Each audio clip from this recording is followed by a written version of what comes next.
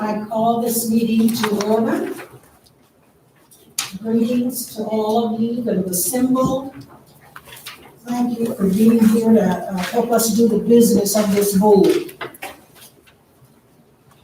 Our next agenda item is the invocation. And Trandon Welch is the Director of Ministries at the Living Water Ministry International. And so much more. He is a United States Navy veteran. He is a graduate of Carroll High School. He is a licensed minister. And we're glad to have you here, Trandon.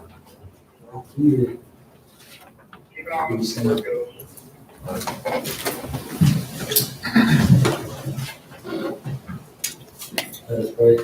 Father God, come to you now, Lord, telling you thank you. Thank you for this day, for life, for health, and for strength, God. Right now, God, I specifically ask for your presence to be here, God. We know where your presence is, there's no confusion, God, but there's peace. We also pray, God, as your word says, that wisdom and understanding is better than silver and gold, God. So we ask for wisdom and understanding as this meeting goes forward, God, for whatever topic comes up, then we approach it and decide with wisdom and understanding. God, your word also talks about how we should love our neighbor as ourselves, God. So right now I ask that we will move forward in this meeting with a spirit of love, God, that every decision we make, everything that comes up that needs to be decided on, that we make that decision with love, God, as if it was us being directly affected, God. We thank you so much for this time. We thank you for your greatness. We thank you for your deity, being all that you are, the creator of the universe, God. We thank you for that, and we don't take it lightly. We love you. In your darling son, Jesus' name we pray. Amen. Amen. Pledge allegiance To the flag of the United States of America and to the republic which stands one nation under God, indivisible, with liberty and justice for all. Thank you very much, Mr. Welch. Will the secretary please do roll call? Mr. Salisbury, Present. Mrs. Hainline, Mr. Wilson, Mr. Berry, Present. Mrs. Cooper, Present. Mr. Johnson, Present. Mrs. Greer. Madam President, we have 5 present, 2 absent. Thank you. We have a quorum. We'll now move to the adoption of the agenda. Madam Chairman, excuse me, Mr. Wilson is present, he did comment on that. He said 2 absent. Mr. Wilson, Is he physically, I mean, he's not physically here. So Doug, The question was about Mr. Wilson. He's not physically here, but what did you say? he's on conference. He's on the conference call. And also Mrs. Hainline. I can hear you now, Bill. Thank you. thank you. All right. Did you say someone else was on the call? Ms. Hainline, Board member Jennifer Hainline is also on the conference call. All right, thank you. All right, we will now have moved to the adoption of the agenda. I so move, Mr. President. It's been moved by board member Berry and seconded by board member Greer. All in favor say aye. Aye. Those opposed, no. All right. The motion carries. We adopt the agenda as printed. The next agenda item is a presentation by Michael Hefner. He's with the Geographic Planning and Demographic Services LLC. He's going to present to us the 10-year student population projections report. Thank you for being here, Mr. Hefner. Thank you, Madam President. Good seeing you again. You too. You know, lots changed since I saw you in February. That's right. Other members of the board, both those who are present and those on conference, it's a pleasure meeting you all. A lot of new faces since I was here last time. What I wanted to do is kind of just walk through kind of a high level of review of the projection study that we did for the district.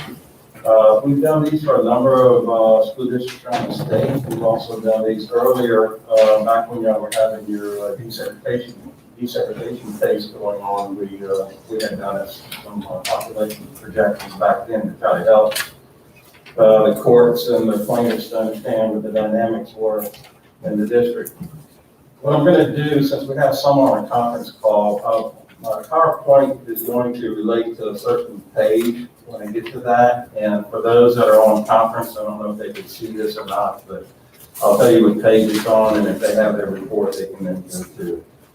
What we're doing is we're looking at a 10-year projection for the district. Probably the best way to approach this is to really take a real close look at the numbers for the first 5 years, because those conditions are known more so than those that may be 8, 9, 10 years out. But we covered the 10 years because that's what you're requesting, and so we have that trend going out. But as you look at this later, study it more, use it for some of your planning, those first 5 years, again, put a little bit more weight on those than maybe 8 or 9 or 10 of the 10th year. We're going to look at the methodology that we use. This is starts on page 3 of the report. Obviously, your students come from the general population. General population is affected by a lot of various things that go on in the community. So we take a look at those first to see what's happening, to see if there's any trends or anything that we need to take a look at that may affect your student growth cohorts as we dive into your enrollment data. So prior to that, when we take a look at it, we're looking at your historical and projected general population trends. We're looking at your economic activity and what the health of that is. Housing characteristics play an important part. We look at the historical as well as the trends that may be taking place. We factor in the historical enrollment that you have in the district that they also have provided me. We also take a look at what the likely effect may be on any external factors with those student cohorts. If you have, for example, in 3 years, you're going to have a major industry moving over here that is going to be hiring a lot of people and bringing them in from the outside. The command center parks, they're real good when it comes up. When they set that up, they're bringing people from all over the country that are coming in. Something like that is going to be new people, new students coming in that haven't been in the community before. So that would affect what those formulas would be in that particular case. In some cases, like here, there is nothing that really has happened or is taking place that's going to affect your current trends. So, but we're going to go through it just so you see. The assumptions start on page 2. These are what we're based on right now. These numbers are based on your trends on your school attendance zone lines are going to remain system-wide, district-wide, with no closures or consolidations of any of your schools. The current boundaries of the school district are going to remain unchanged, because that's legislatively. Not going to have any major disaster or man-made event that's going to disrupt the parish or the district, if you're a subset of the parish, over the next 10 years. There won't be any major shift of students to or from private charter, voucher, parochial schools. No major future policy changes that may drastically affect student choices, options, or program locations. Keep in mind, these numbers are approximations. We're getting them pretty close to the ballpark, but they are approximations. You can have some yearly fluctuations in these counts because you have a lot of things that come into it. Family choice, school district performance, facility considerations, as well as some of the external factors. And of course, this is a relatively new thing we've had to take into account, which is the COVID-19. We don't really know how this is going to affect not only the parish here, but also the school district. We don't know how it's going to affect the state or the nation. So it's hard to say what the economic impact is actually going to end up being. What is it going to do on the dynamics of the population as this goes on? One good thing I got, I guess, on this is that this is not just a local event. This is a national event. So it's not like this was just pigeonholed in Washita Parish or Monroe City, and you were having to bear the brunt of all this, and everybody else was fine. Everybody's suffering through this. So I'm hoping as everything increases, gets better, that everything's going to do so equally here in Monroe City Schools. But the report projects that the economic activity is going to maintain its current trend right now, especially over the next 5 years. The ratio of students attending public schools, Census Bureau provides those estimates. We're making the assumption that those will not change materially, that the general population and housing trends won't change. Since pre-K is dependent on funding and space available, just for planning purposes, we just use what your past year was. So that'll be school year 1920. We just held the pre-K numbers steady. And I tend to take a conservative approach to the projections. In cases where you may have facility needs to accommodate growth and all that, building out schools, wings, classrooms, extensive propositions, you don't want to overbuild. So I tend to take a more conservative amount. You can tend to cram them in a little bit. I'd rather see that than having 2, 3, 4 classrooms empty at a school that you just finished building a wing at. So we do take a conservative approach on that.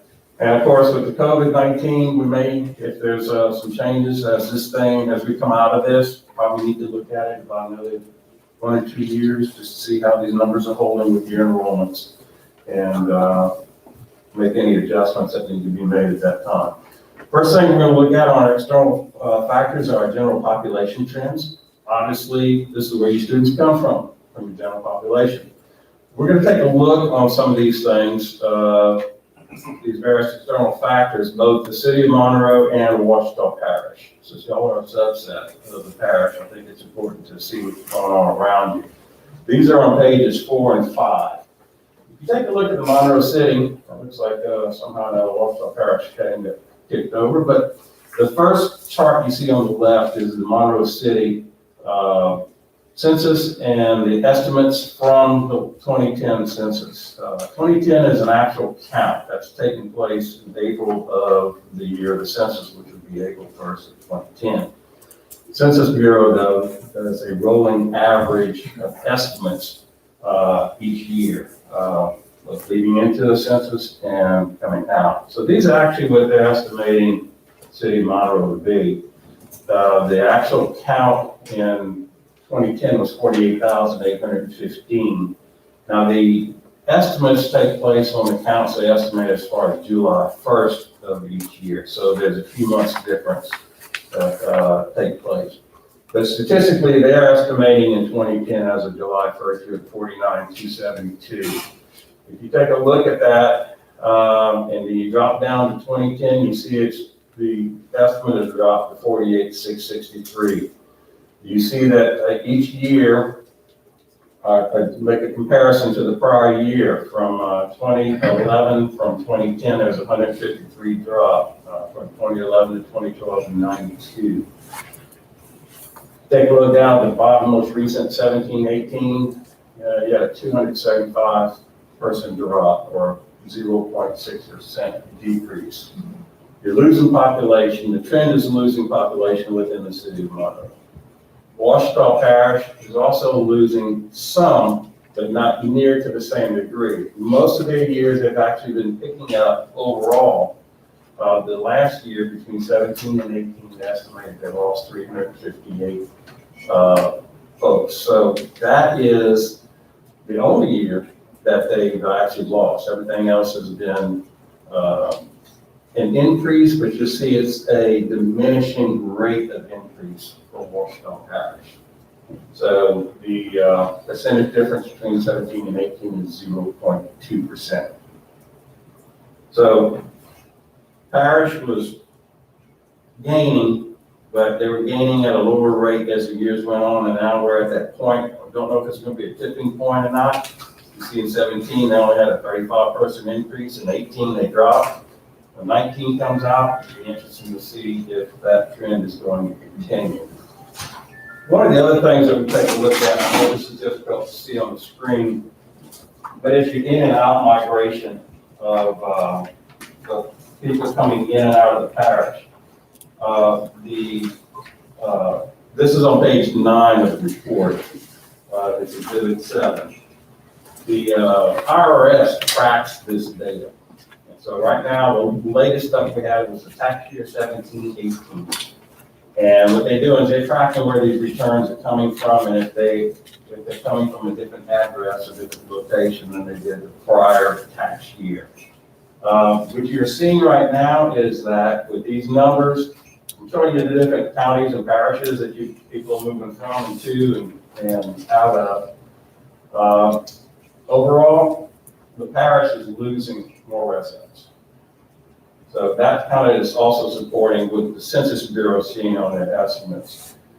The other thing, though, is that you're losing residents that have a higher earning power than those that you gain. The ones that are coming in are at a lower earning power.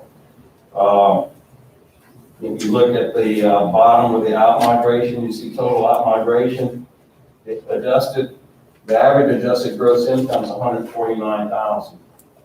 That's going out, 104 coming in. So you're losing higher, you're picking up a few, but they're coming in at a lower income. That's going to affect our, not only our numbers, but also our median household income that we're going to get to in a couple of minutes. So overall, general population, Monroe City is trending toward a loss. Washita Parish is trending overall toward an increase. I'm a little concerned about that last 2018. Hopefully it may just be an aberration. But we do move on to the employment side. This would be on the economics, the employment status from 2010 to 2018. Monroe is part of the metropolitan statistical area. It's not only the city of Monroe, but Washita Parish and some of the surrounding parishes make up the MSA. It's Washita and Union, actually the two that make it up. The numbers you can see here, this is on page 11, this is exhibit 10, that from 2010 to 2018, labor force has dropped. It's gone up a little bit, dropped a little bit, relatively steady though overall. Employment though has actually gone up. Yeah, it was 73,000 in 2010, 75,000 as of 2018. That's good. That's for the MSA area. You know, unemployment numbers have gone down. Respectively, the unemployment rate has gone down, and as compared to the state, you're looking pretty favorable. The unemployment rate for the MSA in 2018 is 5.3%. For the state, it's 4.9. Pretty darn close. This is your employment by industry. These are the activities that make up your economic base. And this is on page 17. And that is exhibit. It's going to be page 15, and it's going to be exhibit 14. Parish-wide, it's going to be educational services, healthcare, and social assistance. That's your biggest employer. Not surprising. You got the university here, you got the public school system here, you got the private school system here. Retail trade is your next most active area as far as employment. Problem with that is that when you start looking at retail trade and some of the other areas like arts and entertainment, those get affected when you have a downturn. They get hammered pretty quick. So it's not quite as steady as you would like it to be, but it's pretty much how it is up here, and y'all are really not much different than a lot of the other districts and parishes that I've been working with. A lot of it is in those particular areas that are the activities that's taking place. On page 18, page number, yes, page exhibit 17 on page 18, City of Monroe, your labor force participation. This is for the city itself. This is within your school district. Unfortunately, the numbers are not as good as they are with the parish as a whole, or the MSA as a whole. If you take a look at your 16 plus population, it's been dropping. Your labor force numbers have been dropping slightly. Your labor force participation has gone up a little bit when you compare 2010 to 2018. The employment has gone up a little bit as a ratio of the population, but unfortunately, your unemployment rate is still high. It's at 9.8. You just saw the states was 4.9 and the MSA was 5.3. So you're almost double what the state unemployment rate is. So the unemployment rate, even though it's been trending downward, which is positive, it's still high. So it's not indicating that within the city that things are as strong as they are in the surrounding areas. We take a look at median household income because it has an effect, or can have an effect on public school enrollments. When you have a high median household income, that gives you more disposable income. Families then have choices. They can choose to send to public school, or they can afford the tuition for private parochial schools. So they have choices that other folks may not have if they have a lower median household income. This is on page 21 of the report that we're covering right now.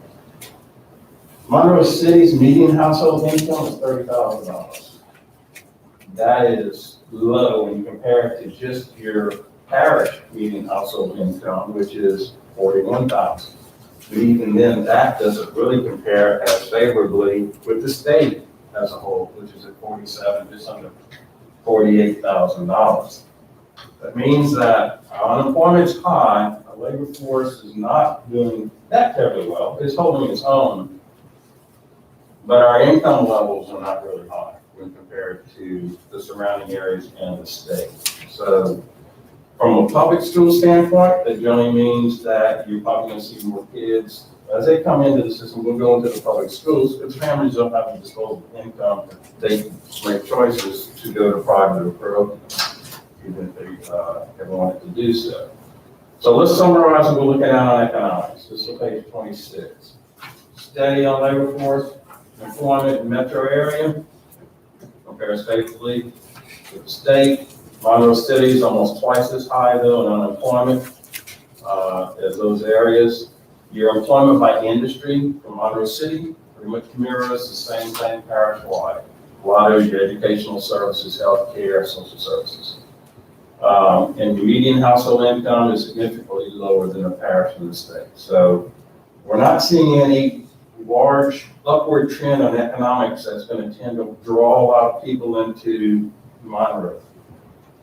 So that's not telling me that, okay, I need to adjust these cohorts, these trends on your population because of this activity. If anything, it's just barely holding its own right now.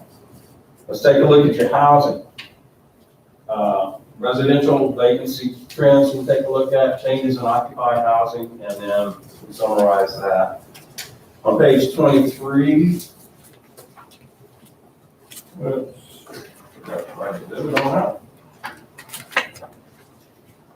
housing counts, exhibit 22. When we take a look at, we try to see what our occupancy and vacancy rates are. If they're low, if our occupancy rates are high, vacancy rates are low, that means you've got a really strong housing market. Housing's in demand, continuing in. On the flip side, if you have a lot of vacancy and you've had a drop in occupied housing, that's not indicating a very strong housing market.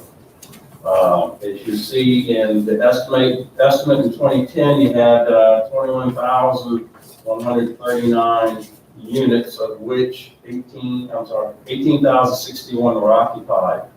By 2018, that dropped to 17,500. So we have fewer occupied houses now than we did back in 2010. Take a look at our vacancies. And we had a vacancy count in 2010 estimated at 3,078. The vacant count's gone up to 34,010. So occupancy has gone down, our vacancies have gone up. It means you got surplus housing on the market that people are not moving in and taking advantage of. That fits in pretty well with the trends we were seeing from not only the economic side, but also general population trend, as well as the in and out migration. So everything, I like to try to think of it as a matrix where we're looking at a lot of different data to see how they all match up. And so far, it's matching up. Unfortunately, not on the stronger side as we would like it to be. Because if it was, then you probably would be seeing additional students. New home construction has really been relatively low. You'll see that went back and looked at some of the data that I had from when I worked with y'all last time. It was only, and looked at it with the Census Bureau numbers, as well as planning data. We only had a 50-unit increase from 2010 to 2017 within the city limits of Monroe. You've had a lot outside the smaller communities, unincorporated areas where a lot of these subdivision stuff that are coming up in those areas. Like just on the north side of your boundary with Sterlington, you have some developments there. You have some coming in on the east side of that. The slow pace pretty much tracks that slow pace of the housing units that we're seeing from the Census Bureau. Average cost is going up. Building permits have been going up, but as far as a net increase, it's been really, really slow. Market is not looking like it's that terribly strong. The high vacancy rate is making it worse. Most of the housing again is on the outside. And so we're anticipating there to be minimal new students coming from any housing developments. So overall, looking at external factors, our general population has been going down, economy and employment outside of Monroe City itself, holding their own, but Monroe City itself is not faring well. Median household income is lower. We don't know what COVID-19 effects are going to be, so we'll have to keep an eye on that. The housing development is relatively flat, and therefore we're not making any adjustments on future student growth with regards to that. So at this point, do you have any questions on the external factors? Because if not, we'll get into the area that you're probably really interested in. I wanted to lay the foundation on how things will look. You've done a good job. Continue. Appreciate it. All right, on page 25, these are your feeders. You're familiar with it, but other readers of this report now or in the future may not know what the feeder patterns are, so I always like to include those. Your Carroll High feeder is Carver, Falk, and Shelling. Wassman is Jones, Clara Hall, Jefferson, and Community Ruffin. And then the elementary is feeding into Neville High is Foster, Cypress Point, Lexington, and South. The middles for Carroll is Carroll Junior High. Of course, that goes into Carroll High School. Wassman's junior high is Martin Luther, and then Neville's junior high is Robert E. Lee. So that's your feeder feeder pattern. Let's take a look on page 26. This is exhibit 25. Let's take a look at which your enrollments again since 2013 to school year 2019-20. Just give us an idea what you've been doing with the advent of a couple of charter schools coming in, a couple of those charter schools closing. 2013, your actual enrollment was 8,211. By 2019, the actual enrollment was 8,138, relatively flat. From 13 to 19, your total population changed by 73 students. The change from 18 to 19 was a gain of 4 students. I think some of that is because with the closure of the charter schools, those kids are coming back into your public school system. So that's where I think you're seeing some of those variations. If you look at the timing of those closures, opening and closures, it tends to correlate with that. So now we're seeing kind of what our trend has historically been. Let's take a look at projecting these trends out. And to do that, we're going to look at I have the total, everything in the aggregate on exhibit 26 on page 27, but let's take a look at the smaller chart, which is schools projected to have enrollment increases. That's exhibit 27 on page 27. These are the ones that are projected to increase. Shelling, Jones, Jefferson, Foster, Cypress Point, Lee, Neville, and of course Clark is since that's a controlled population, it's not going to vary by a whole lot. If you look at that column from school year 19 to school year 29, 30, that gives you what that net is. And the columns in pink are what we're expecting to change to be by school. Let's take Shelling, for example. 401, they had 397 in 19. We're expecting a little uptick to 401 in 20, and it's going to kind of go up and down a little bit as you go through, but the net difference is 19 by the time you get to that 10-year out. Bird Jones, we've been seeing some positive results with Bird, so it looks like that trend carries through. Might have 86. Jefferson's holding steady as a net. Foster's picking up tiny bit, which is a bit of a change back from last time I did this with y'all back around 11 and 13, 12. Cypress Point, 115 pickup. Leaf, junior high, about 63. The problem child was the next one, Noah High School, 223 increase, and it's already high. It's at 981. We expect it to continue to go up, and it looks like if that trend continues, you're going to have 223 more students there than you have now. Clark, pretty much around 11. All right, these are the schools that we expect to have decreases. This is exhibit 28 on page 28. Probably, unfortunately, no surprise, but Carver is still projected to continue to lose some students.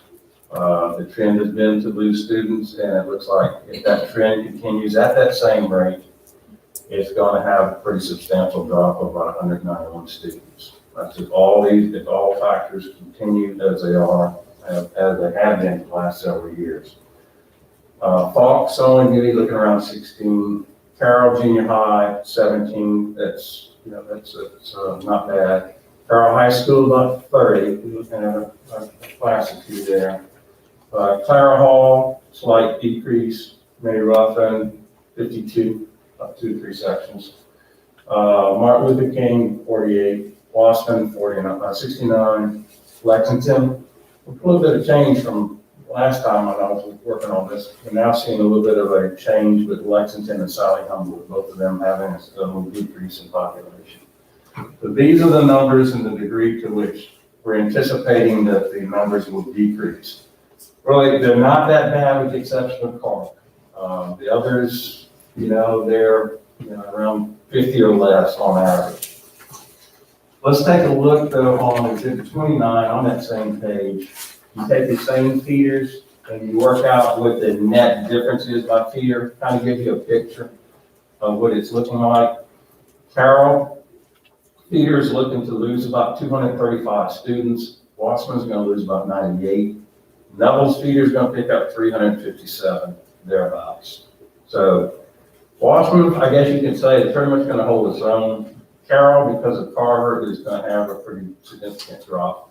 And Neville, because of those schools that are involved, that have been picking up some Cypress and whatnot, and about 357. So the problem child is probably going to be Neville, as far as a situation where you may not have enough capacity.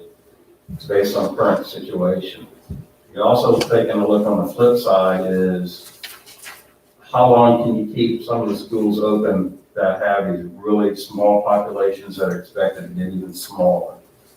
And that's part of the planning process the board probably going to have to engage in. Before we get to some of those things you may want to take a look at doing, this is a map of your current zones. This is what the net changes from 19 to 30 or 29, 30 are. And I just color code them. The areas in red are the ones that are losing the most. These are the elementary that you see up here. This is on Exhibit 30 on page 29. The area in green of where your growth area is going to be from an elementary standpoint. So we're seeing Bird picking up some, Cypress Point picking up some, Sheldon picking up some. The areas in tan are having some loss. The areas in red are having a lot of loss. And as you can see, it pretty much covers the Carver zone. We take a look at these numbers on a junior high enrollment. You'll see that Lee is picking up quite a bit. They're in green. Carroll Junior High, pretty much holding its own, slight loss, that's why it's in tan. The red area though is where we're losing most of the kids, and that's Martin Luther King Junior High zone. And if we flip over to Exhibit 32 on page 31, this is your high school zones. Neville anticipated 223. Farrell, kind of holding its own, minus 30. Wassman is where that loss is, and that's because of how that feeder track has been doing, how it's been performing. So it's about 69 loss. So this gives you a geographic perspective of what the numbers are doing. I went back and took a look at your capacities at your different facilities. And I have a caveat on that, and this is going to be in Exhibit 33 on page 33. Back when we were working on your last study, superintendent and staff worked with all the principals to have them calculate what they felt like was their practical capacity at their school. How many students can they comfortably hold, be able to have them in the library, be able to feed them in the cafeteria, be able to handle school assemblies, those kinds of things without jamming kids up. So that's where that practical capacity number is, the ideal enrollment. These are the two columns they gave us back then. I don't have any updated numbers. I don't know if anything has changed a lot. I haven't found a lot of information where you've expanded a lot of facilities, a whole lot. So this is really more or less trying to get you in the ballpark of getting an idea of what your capacities would be. So this chart right here is, at that time, they were looking at a 5-year low, 561, 5-year average, 619, 5-year high of 700. This is a parallel reading across. Ideal enrollment was anticipated to be 650, practical capacity 650. So those numbers are kind of what they were having on the, with regards to the size of the facility. And if you take a look at that and compare that then to those numbers that we just took a look at on those projections, you're going to see some variations on that. Some of them, let's say Carver. Carver can hold 460 kids. If you take a look at the number from our projection, which, take a look at Exhibit 26 on page 27. Well, Carver is expected to get down to 121 by 2029. So you're going to have a very underutilized capacity. Just flip it over on the other side. Let's see, we can get Cypress. Cypress is at 401, ideal enrollment 510. We're expecting them to be about 547, so they're going to be a little bit on the higher end of that. Neville, let's take a look at Neville's numbers. Back then, staff estimated ideal enrollment was 850. You're already past that. With your current enrollment, you'll probably well know that as staff and board members. You have 981, and then you look at 1,200 by the time we get to 29. So we know that we're going to have an effect on some of the facilities. For some of them, the decreases are going to leave your facilities underutilized. And in some, it may be to the point where you got to really look at what the cost per student is, because your fixed expenses continue. You still have to have maintenance. You still have to have custodians. You still have to have administrative staff. You still have to have food service staff there. Now, you can adjust your teacher staff commensurate with the enrollment that's there. But all these other fixed costs are going on, running those buses, getting those kids to school. They're all fixed costs. So when you can only spread it out over 100 or 200 students, that cost per student is going to be a lot higher than if you're spreading it over 500 students. So it's a facility and a budget consideration that you need to take into account. On the other end, where you have enrollment that may be exceeding the capacity of the facility, we all know capital projects are expensive and it costs a lot of money. But some districts, what they do is they look at attendance zone boundary changes, where we can model these changes in attendance zone, try to get some of the numbers down, or we can use attendance zone model and get some of the numbers up. Depends on which way we want to go or a combination of it. So attendance zone boundary modifications are relatively inexpensive way to do it. I'm not saying it's an easy way to do it. I was a board member for 21 years in Lafayette Parish. I can tell you, zone changes are not easy, but sometimes you have to do them. It just comes with the job. You gotta make sure you run your system in a fiscally responsible way. We just want to make sure that what changes might be made makes sense. Just not willy-nilly moving kids around. Setting up maybe converting a facility from a zone to a magnet school. Putting in a district-wide program at one school that you have capacity at that you want to try to attract students to. I think I've been doing some of that with Carol over the years. Grade span changes is another one, and then school consolidations. Sometimes you just got to close and consolidate schools. Unfortunately, I've had to do several of them in some of your neighboring parishes over the years because it just continued to lose population in those communities, and there was hardly any kids left. But it's difficult. One parish that took a hurricane to take out the school before they finally closed it. And they had like 120 kids in grades pre-K to 12. Very expensive. So these effects are on pages 32, 33 of the report. So these are some things that you need to have to consider, or should be considered. One of the other things we take a look at is your changes in enrollment by grade. What I'm looking for is any grade spans where you may have a big jump in the number of students as compared to all the surrounding grades. You don't have that, relatively even all the way through.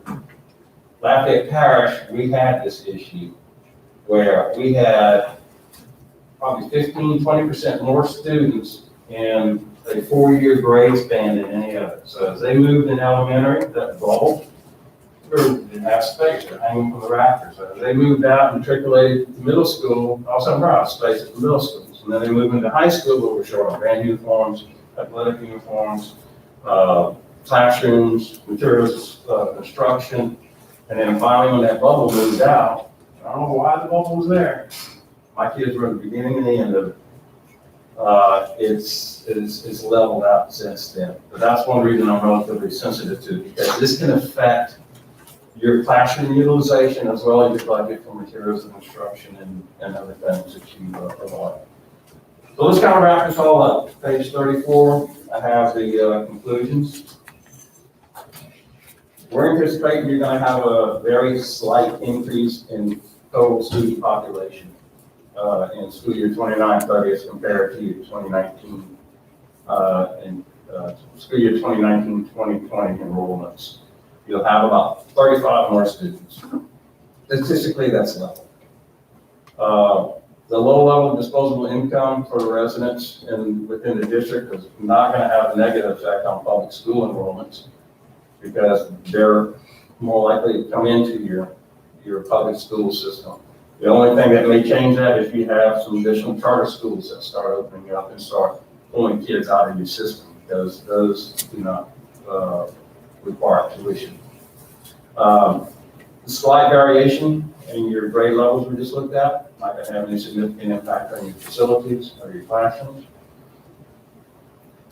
The most important thing we just touched on it a minute ago, the projected enrollments indicate some are going to be losing significant numbers if the current trends carry forward. Probably going to need to make an analysis of whether any attendance zone modifications are warranted or programming changes may be needed to new students into a facility. And also got to take care of looking at contingency plans for increases in student enrollments that far exceed what your current facilities can handle. And then we don't know what the COVID-19 pandemic is going to affect all of this, so we need to kind of keep an eye on that. I will say this though, because I've been working with your data and the superintendent has provided me with your actual student database. They weren't here when we were doing some of this modeling back with the DSET case, but I have the software that I have allows you to take a geographic area and I program in your student counts. And we can move the line to see what it does. How many students are affected, what grade level is affected, we move it from one school to the next. This modeling, if you are interested in taking a look at doing some of this stuff, just as part of your due diligence on your plans, on your facilities, I can roll this into this project at no additional cost, because I already have most of this data. So I want to offer that to y'all, because I really believe that you may find it to be very helpful. Even if you end up not making any attendance zone changes, you'll have a lot better understanding of your dynamics, of where your students are, where they're coming from, and where they're going. It's a real good way to kind of step back and take a really neutral look at it and see how all this works. And I generally like to do this in just a work session where no votes are taken. Public session, we're going to be working some ideas. You may get with together as a board, maybe even set some parameters that you would like to see that the superintendent and staff can send to me. Say, well, look, if you come up with a plan that brings Noble down to projected 950 students, I can work within those parameters. What can we do? What's possible to maybe bring Carver up to 250 or 300? I can work with that. But we would look at elementary, middle, and high school. We want to try to keep them all together. We don't want to have split zones where kids are together at elementary and then some go to one middle school and the others go to other middle schools. Or they're all together through middle school and some go to one high school and some go to another. That's really hard on kids. Some areas it's unavoidable because we can't dictate where people live and we can't move where the schools are. Sometimes the numbers don't work out. But here I'm looking at, if we look at that modeling, we'll be able to see, is it going to fit or is it not going to fit? But it may give you some additional information as a board to consider as you look at making the best utilization of your facilities, kind of looking over the horizon to anticipate what can and what can't be done. So with that, I'm going to open up to any questions that y'all may have. Madam President, I have a question. All right, Board Member Wilson, let me speak. Yes, the Watson High School, first of all, great report. As a banker, I really appreciate all the information and the metrics that you included in this. So kudos to you and your group for doing this. Really great information. But just noticed that Watson High School's projections looked like there could have been a mistake or aberration of the final three of the final 4 years, 26 to 28. We're 503,000 in 2025 up to 1,192, and then 1163 and then 1193 for 2028. That's the Watchman and that's on level. Watson High School. All right, I'm looking at my numbers right now. I'm looking at exhibit 26 on page 27. Well, actually, I was on page 42, looking at the actual breakdown of each school. Oh, all right. Okay. Oh, yeah, I see what you're saying. Yeah, no, that's probably, yeah, that's a mathematical, yeah, something got in there. I did take a look at that.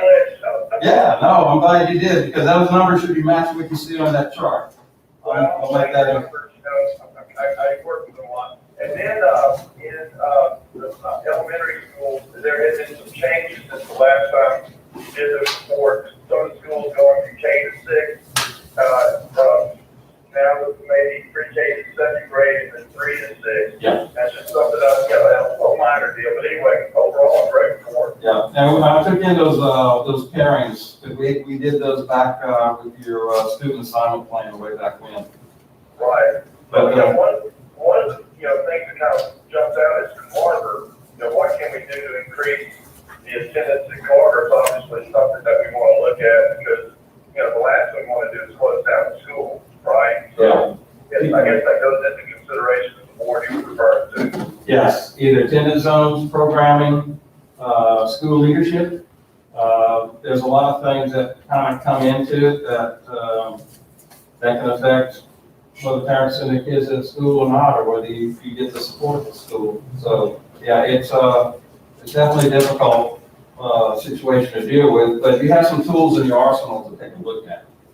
Right. You can do that without making any final commitment. Main thing is you can make an informed decision at some point in the future with all the information you have available. And I'll be happy to help you all get to that point. Thank you so much, appreciate it. Thank you for flagging that too, on there. I don't look at those charts that terribly close, as close as I should, because I'm looking at mostly the aggregate, but we'll make that correction. Thank you. All right, any other questions for Mr. Hefner?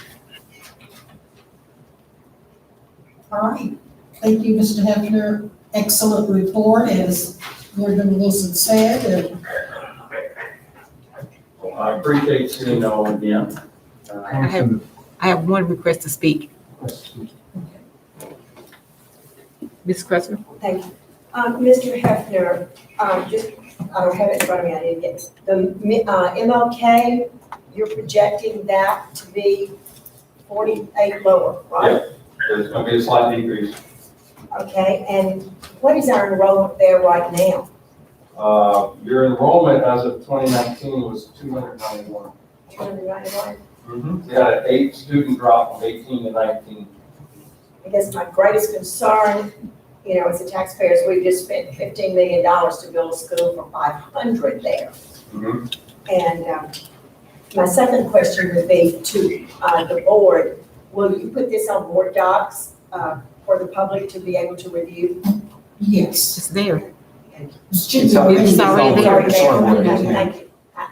And I'm going to send you another one direct from the Wasserman school chart. The appendix has the detailed by grade level by school year for each school year. That's what the school was referring to. Okay, Any other questions? All right. All right, enjoy seeing all of y'all, and I hope this helps. And if there's anything that you want to do as far as modeling, just let the superintendent know. I'll be happy to finish geocoding students. I have about 400 people left to actually locate their residences, and then I can program a system and we can set up some sessions, which I think you'll find very informative. And since it won't cost you anything extra, That's I'll go take advantage of it. That's right. Thank you very much. Thank you.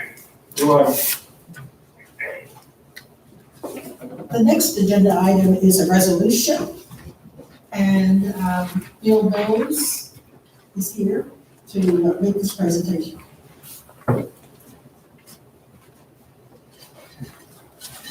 Good evening, Good evening. Good evening. Mr. Wilson, Madam Chair, members. Bill Bowles, law firm formerly now known as Bowles Shafto. We help you all with the financings of the school board and other public bodies. For you tonight, I'll refresh your memory. In 2013, we had an election. We asked the people to consider issuing 58 million plus in bonds to do improvements, and we did actually approve that, or the voters approved it. We issued those bonds, and now, at least some of the good news that goes along with ours, which we're not getting much of, but the rates, interest rates have gone so low that when we did these bonds, I thought there was no way to come back to them and really be able to do something better. But that's what we have before you. There's an opportunity to refinance all of those bonds, refund them, and issue a new issue and save the district about $1.3 million. And so what we do in the process is that we ask you to give us preliminary authority, and with that authority we go down to the State Bond Commission, and they review all the numbers and make sure that we're doing we're going to be able to get the savings that we're projecting with our finance team.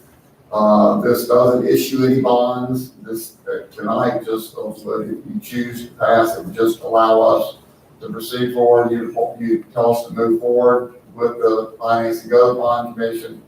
Get approval, we go out and put together, whatever documents we need to go show them to the public, and then before we sell the bond, we would come back to you and tell you what the deal was, what the savings were, and again, these are projections, the market's been so crazy, I would hate to tell you, we couldn't do better, but maybe do better than this, but the 1.3 million would be a nice savings, and the district, I'm sure you can figure ways to put the saved money to use. But again, tonight, all you're doing would be giving us the financing, hiring our firm. We don't get paid unless the deal gets done, so you don't pay anything out of pocket. You're re-engaging your financial advisor, government consultants, and the investment bankers who work with us to find the right time to go into the market to sell these bonds to maximize the savings. And that is Piper Sandler, who working with a group brought the idea of doing this taxable refunding. So don't want to get too much into it right now, but just an opportunity to save money, and we'd answer any questions if you had any. Hey, Bill, can I interject a couple items? Yes, Board Member Wilson, go ahead. Madam President? Yes, you may speak, Board Member Wilson. Yes, so wanted to kind of go over some specifics that were in the investment deck that was provided by Piper Sandler.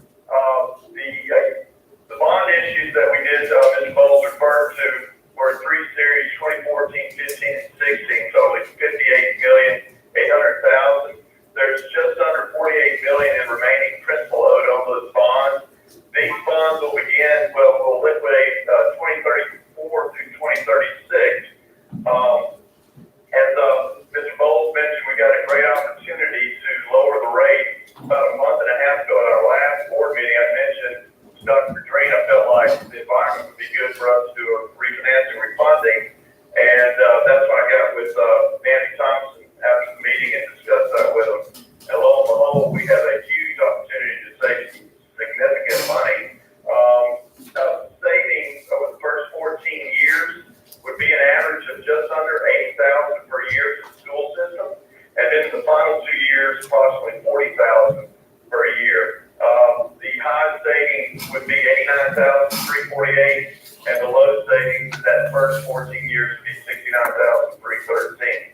So again, this cost savings that Mr. Bolton mentioned would be net of expenses ranging anywhere from 1.15 million to 1.3 million as the market has right now. So I strongly encourage our board to approve this based on this big time significant savings in money. All right, thank you, Board Member Wilson. Yes, ma'am. Any other questions? He has some, Okay, all right. Madam President, make a motion that we approve, resolution. Okay, it's been moved and second that we approve this resolution. All in favor say aye. Aye. Those opposed, no. Motion carries. Thank you, sir. Thank you.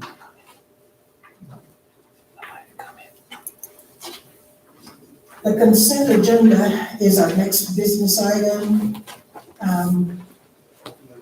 Motion to accept the consent agenda. I second that. It's been moved by Board Member Salisbury and seconded by Board Member Berry that we accept the consent agenda. All in favor say aye. Those opposed, no. Motion carries. There are no consent items for separate consideration.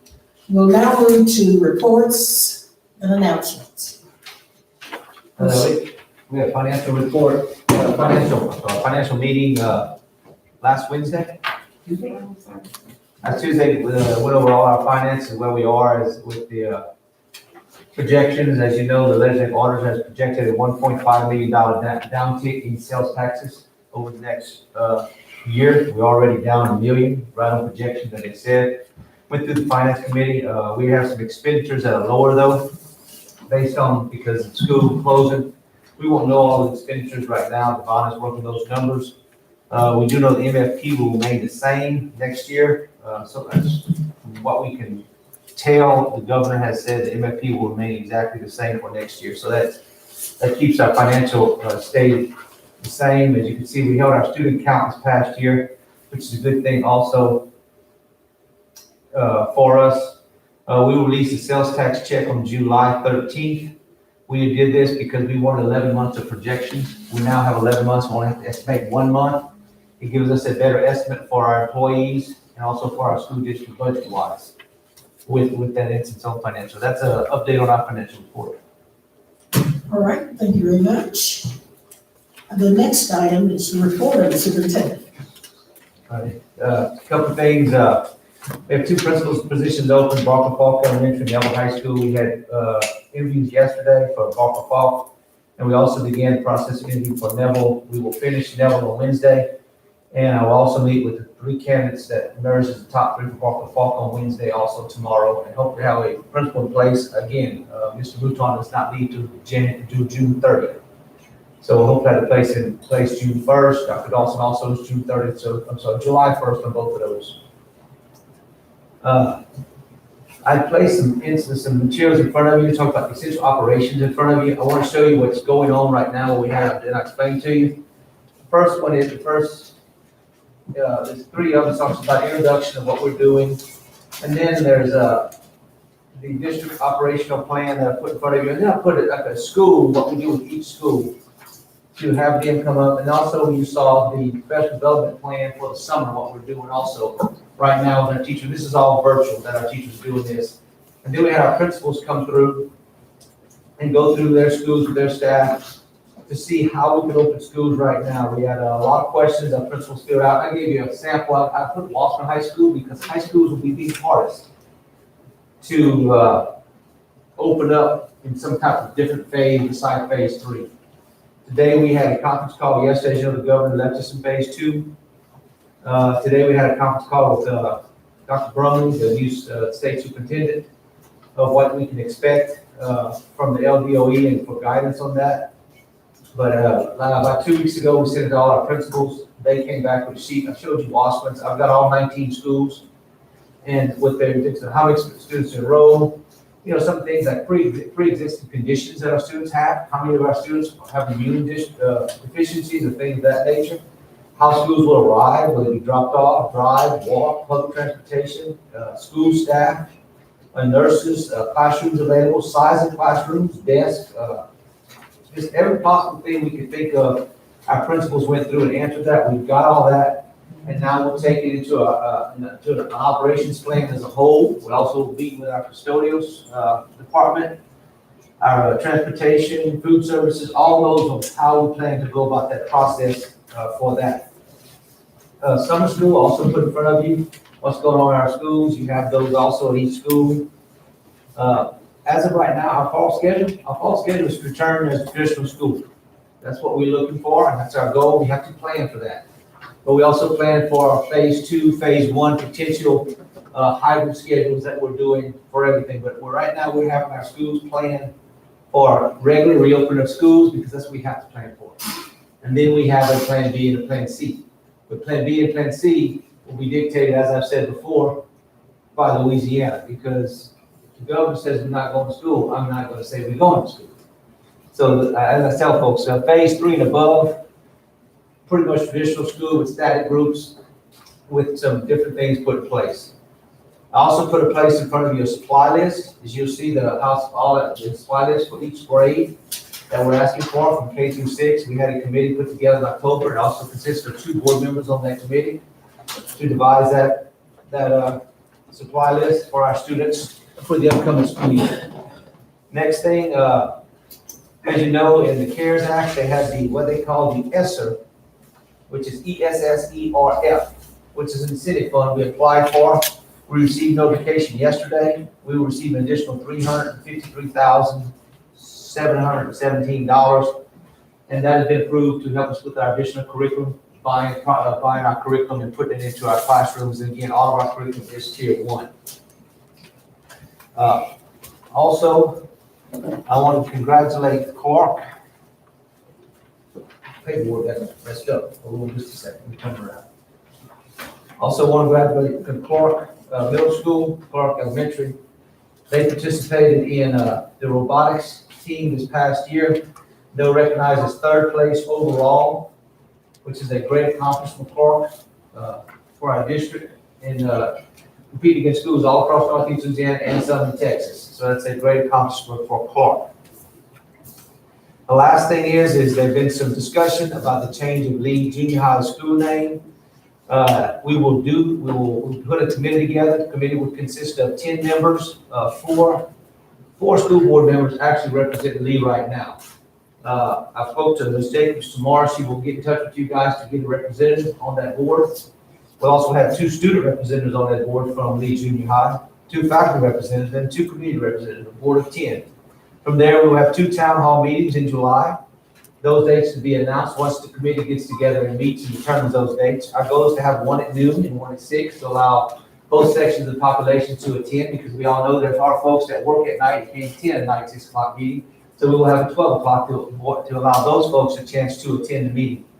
And then potential names will be suggested. We'll also set up an email account on our webpage that people can send it to for suggestions for potential school name. The committee will review all suggestions. Suggestions will be placed on the website for the public to survey and look at them. The committee will select the name and bring it to the board for approval. Our goal is to have that name changed at the August 4th board meeting before school starts. I also would ask the board at that time to discuss, I've talked to the principal at Lee Junior High and told her to begin to look at the financial cost of changing the name. Because the financial cost of changing an elementary school is a lot different from changing the name of a junior high. And one instance is cheerleaders, Regal Eagles at Lee Junior High.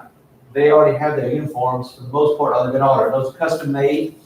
And if you had a cheerleader before, or a Bingle Bell, or Regal Eagle, you know the cost of that for those students. And those parents pretty much put that money out. So there's some financial changes between the marquee boards, all the literature in the school, and we will get a cost on that. I have no dollar cost on that yet. We'll begin to look at it. I would think elementary school, we spend about $25,000 at Shelling. This will probably cost us anywhere from $75,000 to $100,000 to change. And we'll have to look at putting those things in place. And that is the superintendent's update. All right, thank you very much.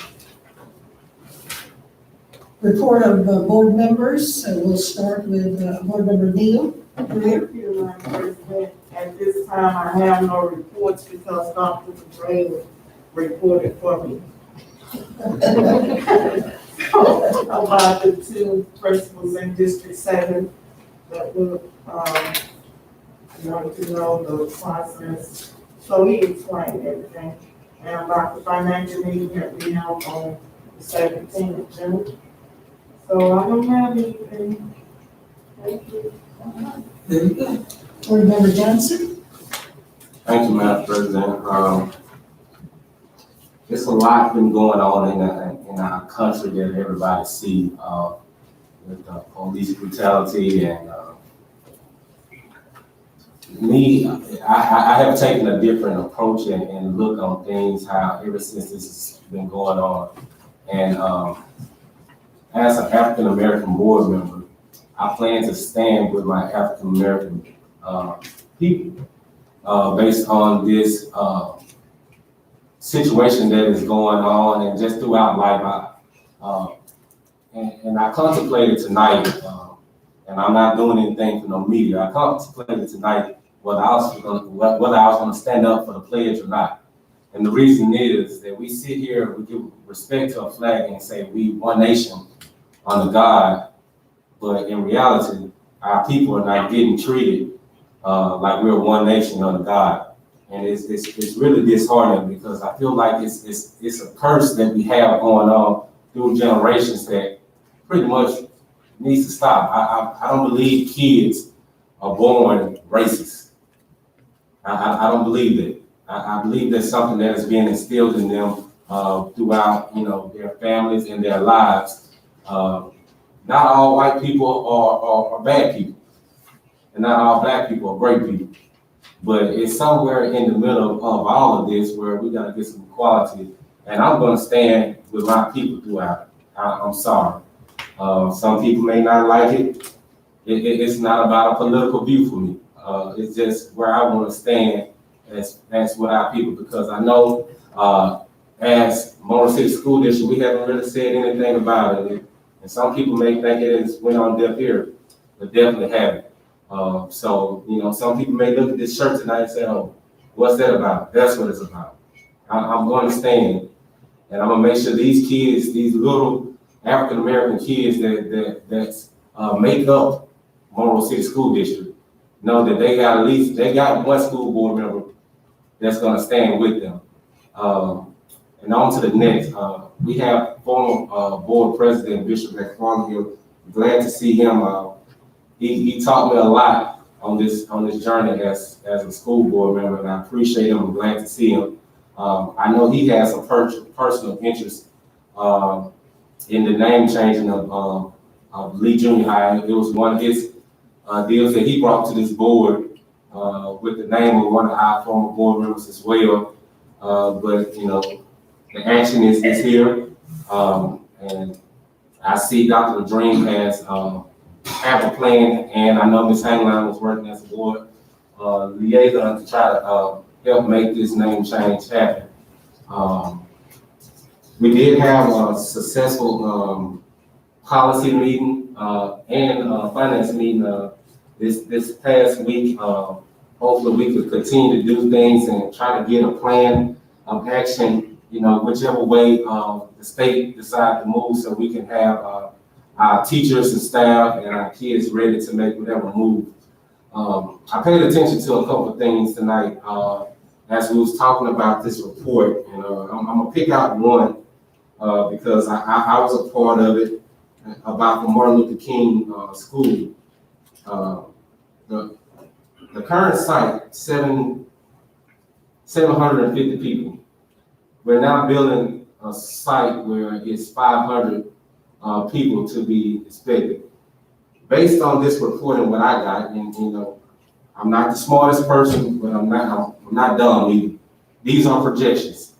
These numbers are projections.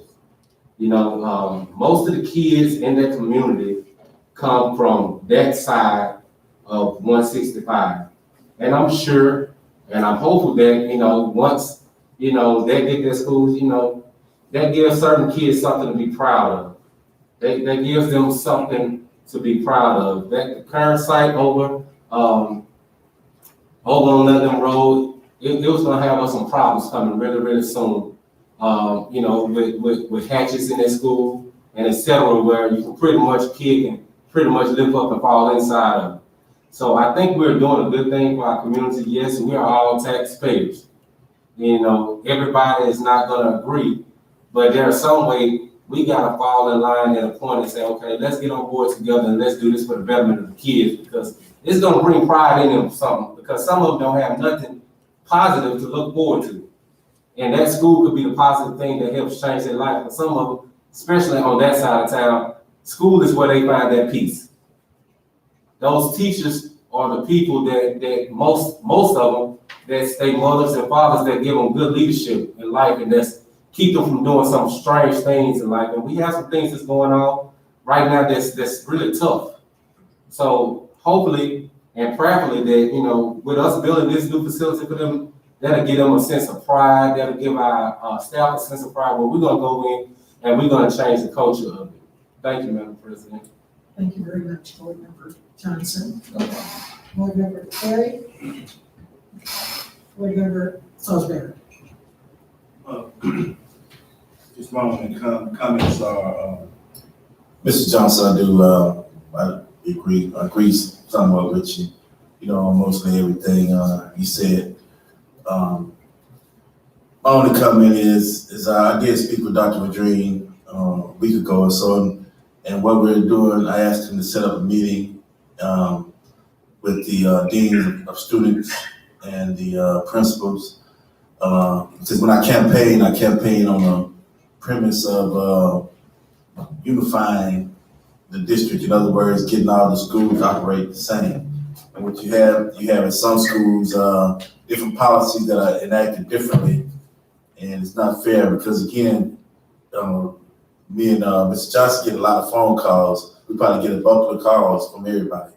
And somebody's complaining about them doing something in one school. Why they doing, why do I get suspended for this crime at this school and I don't, for 5 days and it's 1 day at another school. So anyway, the purpose of this meeting pretty much is not to dictate to everyone, but to get everybody on board and say, look, these are the policies. How do you handle that?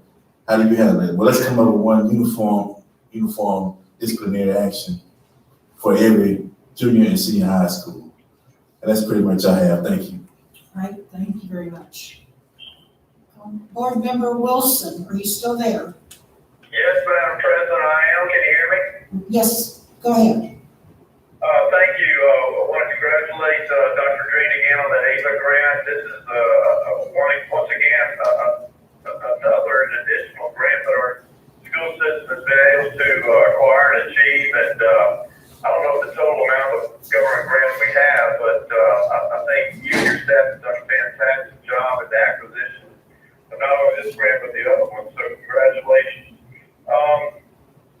I also want to grieve the loss of 2 of our students that tragically died that had attended James Madison Foster Elementary School in a horrible shooting involving a suicide, and then they and their 2 other siblings passed as well. And your heart breaks for that. Board Member Johnson, I think we all share your sentiments and that we need to pull together as a community, as a country. We need to take the words of the late great Martin Luther King that said, we need to judge people not by the color of their skin, the content of their character. And of course, Black Lives Matter, all lives matter. And we need to be very conscientious to be the best people that we can be. God doesn't make trash. And God loves us all, and Jesus loved all the children. Red and yellow, black and white, they were all and are all precious in His sight. I'm preaching to the choir because I think our board gets it. I think our board cares for all of our children and all of our stakeholders. So I think we definitely show unity in that. And as leaders of our board, we want to be supportive of all of our employees, all of our children, of course, employees and stakeholders. And I'm very proud of the fact that we do have a school system that cares about our children and employees, and it is a line on top of the hill.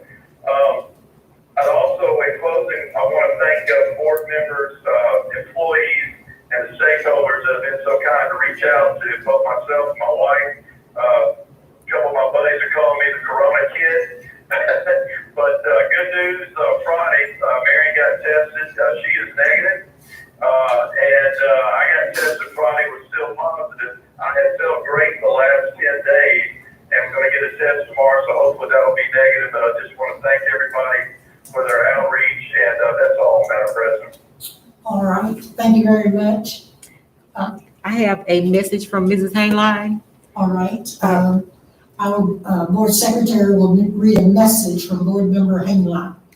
She apologizes for missing the meeting. Her son is ill, and she said that she accidentally disconnected the call, but she was on the call for most of the meeting. All right, thank you very much. All right. I do want to thank all of you for coming tonight, our constituents, our stakeholders. We need your input, and you've been there for us, and we want you to continue. So I do want you to know that the Louisiana School Boards Association, they had a virtual summer conference this past Friday and Saturday. And it was very informative, and it's for board members. they're gonna start doing this more often because they want to make sure, board members, they're informed as to our plan going forward as far as educating our children. We do have uncertainty as a result of COVID and the other unrest in our country, but they are working diligently and to make sure academic achievement is still realized for every one of our students. And so we just make that promise to all of you that your children, our children, they're our top priority. And thank you all for coming. The next, we will let you know this week as to the next board meeting date. No other agenda items? I think I believe there's a curriculum meeting. Is that meeting still on? On the 30th On the 30th. at 5:15. Okay, we have a curriculum committee meeting scheduled for June 30th. 30th at 5:15 p.m. Okay? And we will let you know of the next board meeting at ASAP. May I please have a motion to adjourn the meeting? Motion by Barry and seconded by Johnson. All in favor, say aye. Aye. Motion carries. Thank you.